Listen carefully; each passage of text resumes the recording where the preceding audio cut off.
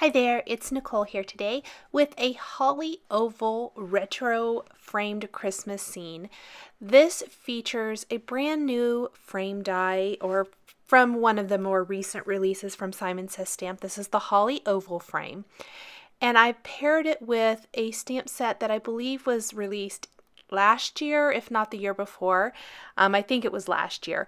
It's the Retro Christmas stamp set, and I've never gotten a chance to use most of the images from this stamp set. And I thought it would be fun to create a little peekaboo type frame that really frames up the scene, almost like you're looking through this greenery or this holiday type of holly and berries and twigs and things into this little scene.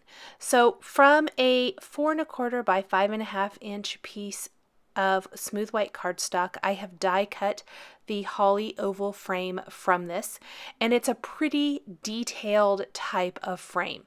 These are die cut. These are kind of hard to pop out. You can definitely pop them out with your hand, but what I am going to use is the Sizzix tool. This is a little Sizzix brush with a foam pad that you roll over and it just pops all of these little pieces out so much easier. So instead of having to pop them all out individually, you just roll it over and you can see all those little pieces have popped out. Now I did save these simply because I ended up doing a little inlay near the end of the card, and I'll show you that as we get to that. I had not planned on it originally. However, as I colored in parts of the frame and really was finishing up the card, I realized that there were a few little areas I really felt needed the inlay. So now I'm going to take my two main images here from the Retro Christmas stamp set, the little sign pole and the snowman, and I'm going to lay them out where I want them to go, kind of using the frame as a guide so I know exactly where I need to stamp these two images so that the majority of them is featured there in that oval die cut frame and that they really take center stage. Then I am going to stamp and mask these images on another piece of smooth white cardstock. This is also A2 sized, 4 1/4 by 5 1/2 inches, and this is so that it fits directly back behind the frame panel. Now, I'm not stamping this directly on my card base because I'm coloring my images in with Copic markers. If you were going to color with something that wouldn't bleed through the paper, you could probably do your stamping and inking right on your card front cover and then pop the frame in place over that. I am using the Simon Says Stamp masking paper to mask the snowman. Add the sign pole. I'm going to mask this as well. A little bit trickier, just a little bit more delicate to trim this out. Not bad though. All those little lights and things, you want to make sure you get it all covered. If you're planning on adding some color to the background with ink blending tools, if you wanted to color around these, you would not have to mask at all. I personally love the look of Distress inks, or in this case, Distress Oxide inks, and it's a very quick and easy way to add a really fun background that helps these images really pop. I'm using Faded Jeans and Peacock Feathers Distress Oxide inks, and I'm starting kind of with a gentle hand, applying my darker ink color, the Faded Jeans, down near the bottom of the design with Peacock Feathers up near the top. I'm also not worrying about getting my ink all the way out to the very edges of the panel. All I need is for the ink to cover enough that when you have the frame layered over this, you see the really pretty blue sky background. With so much white in this design, I felt like the sky needed a little color. That's why I chose to ink it up. I want to make sure I get a nice seamless blend here, and I'm kind of just using a tapping motion, which I don't normally do, but I want to get that faded jeans blended into the peacock feathers, and I don't want to rub too hard and pull up my masks or anything like that. Once I have my inking all done, I am ready to peel off my masks and reveal the stamped images underneath. I always like to go ahead and ink, mask, and then ink before I color, just in case if there are any accidents or anything that doesn't look quite right with the inking. I haven't wasted all my time coloring, and I'm not throwing away or starting over from scratch, at least with the coloring portion of it. Next, I am going to start coloring in everything. Now, there were a few little areas, because this mask was a little tricky for me to get it just perfect. There were a few areas that the Distress Oxide ink maybe didn't cover. So I'm just going to use some Copic markers to fill in any little white areas that maybe aren't working the way I want them to. I'm using a little bit different color combination for my snowman, just to add some shading. I want him to be really light but still have that great shading, so I'm using BV31 and BV0000 with R00 for the cheeks. Next, we're going to do a little rainbow style scarf. I wanted lots of color here. The sky is blue, the sign poles red and white, pretty traditional with Christmas colors. The little signs coming off are going to be colored with browns. The greenery around the frame is going to all be in reds and greens and browns. And I really felt like a pop of color would be a fun touch here.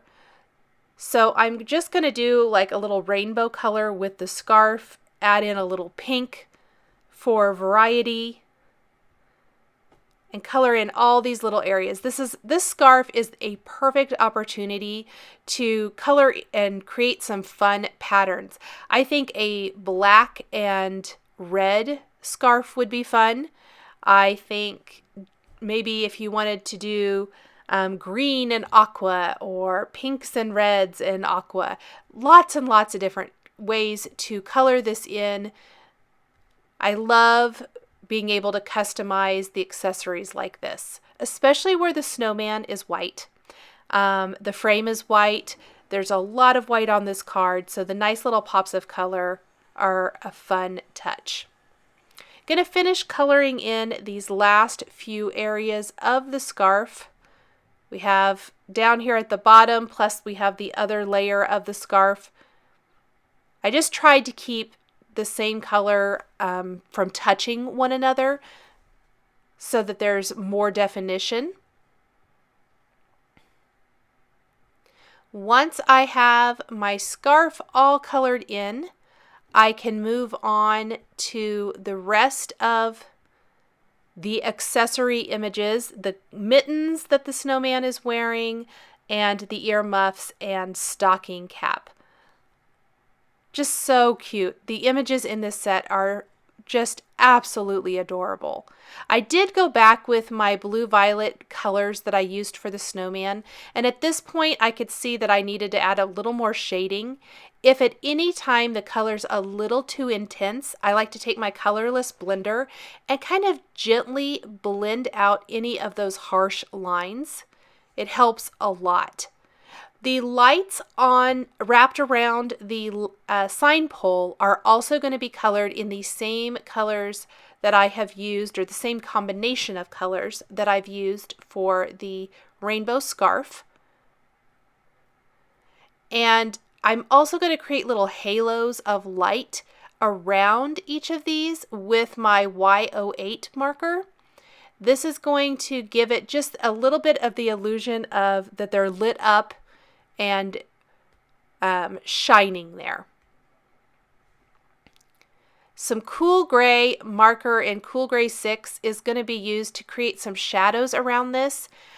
If I get too dark of a line anywhere, I'm taking the Cool Gray 2 marker and blending that out a little bit, but this is just going to help these images pop off of the background. I did start coloring in the inside of the mouth with red and really did not like it, so I covered it up with some cool gray markers as well. Gonna add a little more detail to the face with my blue violets, some nice shadowing where the hat overhangs the face and things like that.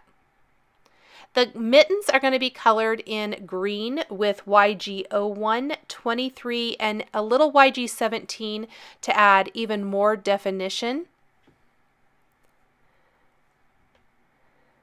I wanted these to stand out from the rest of the design. I really tried to stay away from doing too much red just because I wanted it to be really bright and colorful. You could definitely do whatever color you wanted to do. The earmuffs I did do in red, and then the cap is going to be in pink and purple. I think depending on the recipient, you could do this in all kinds of different color combinations. So I'm going to color in these earmuffs, and once I have the blend the way I want, I'm going to take my darkest R39 marker and just add a little dotted detail so that it gives the illusion of them being fuzzy earmuffs. The cap I'm going to color in with those pink markers with RV 52, 55, and I even pulled in a little RV 66 to darken up a few areas on the cap.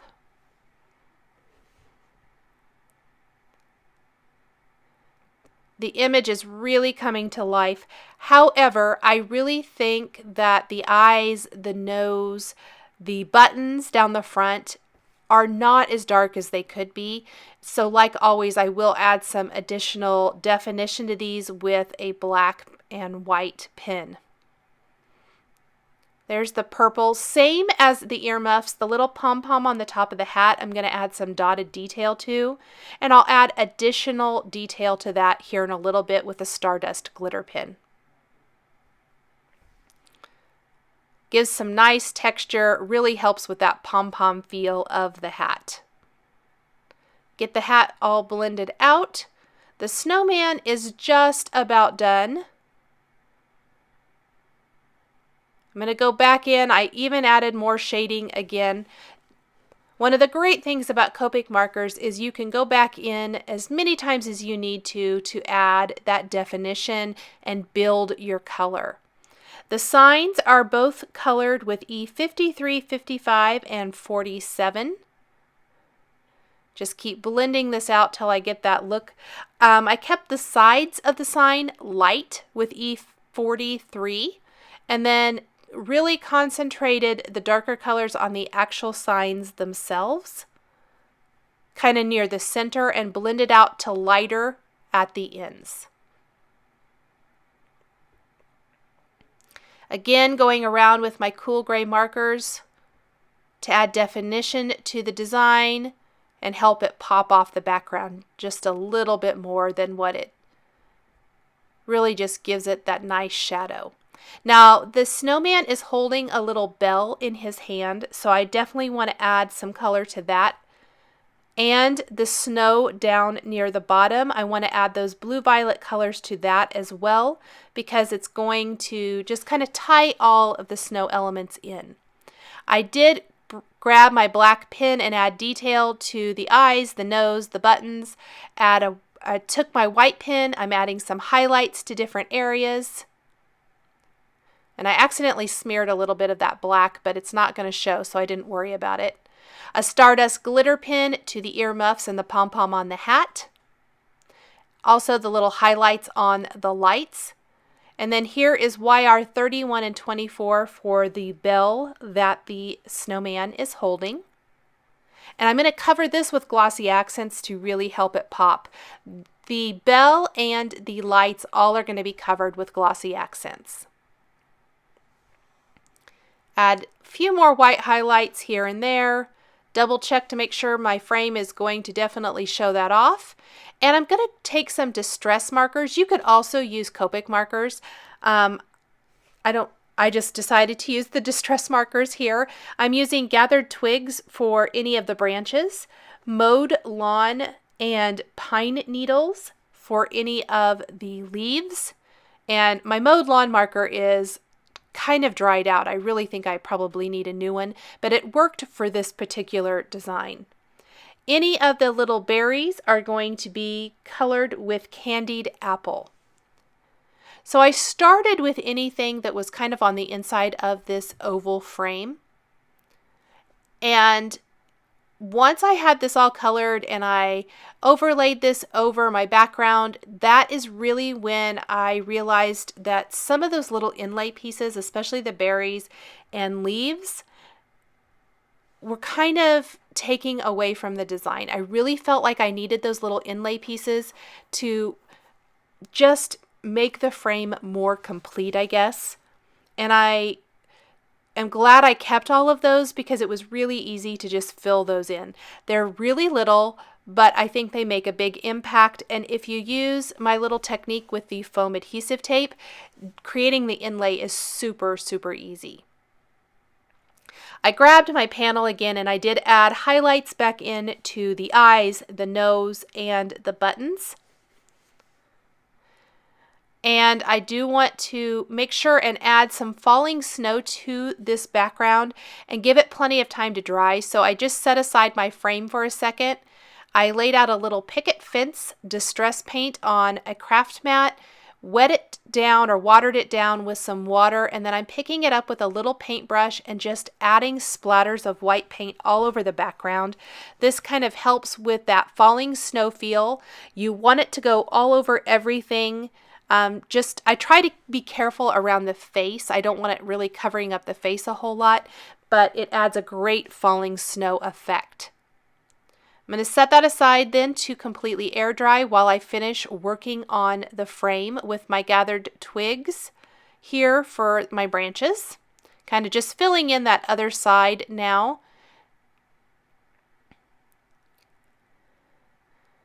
Laying down mowed lawn first with the little pine needles blended in. I think the two-tone really does help there.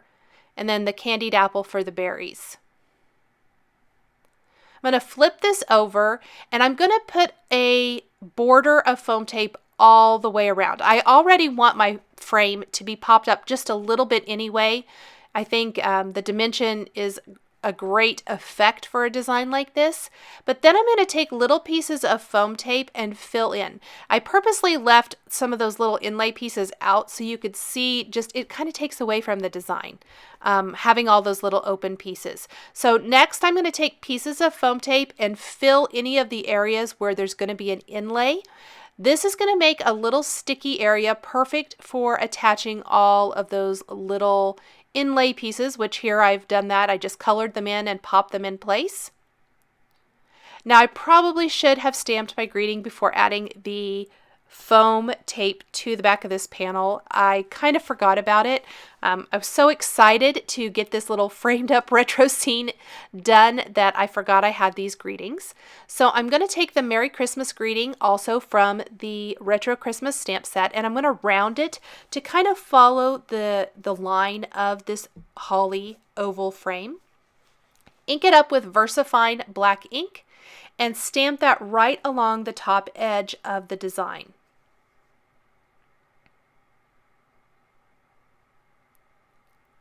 The VersaFine ink is just a great ink where I won't have to ink it up multiple times, especially since this already has foam tape on the back.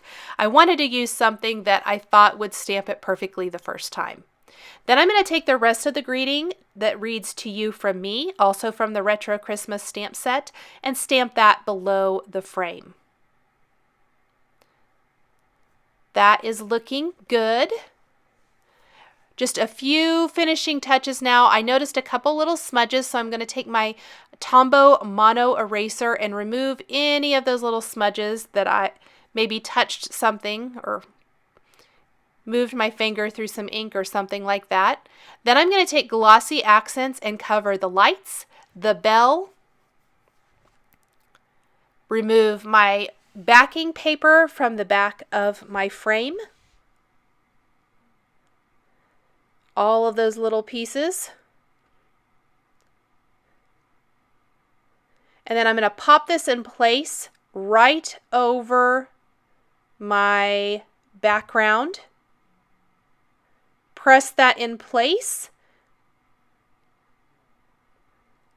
And then I went ahead and added glossy accents to all of the red berries all the way around. This is just going to give them an awesome glossy raised finish.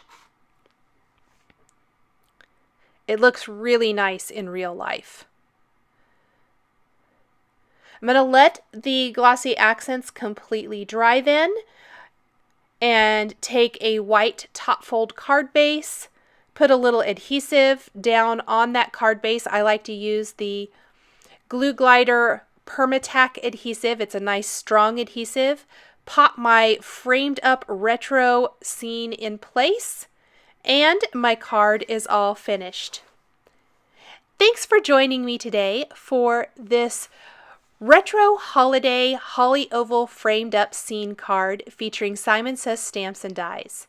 The supplies I used to create my card are listed and linked below the video here on YouTube. Here are a couple more videos featuring Simon Says stamps and dies that you might be interested in. Thanks for watching, and we'll catch you next time.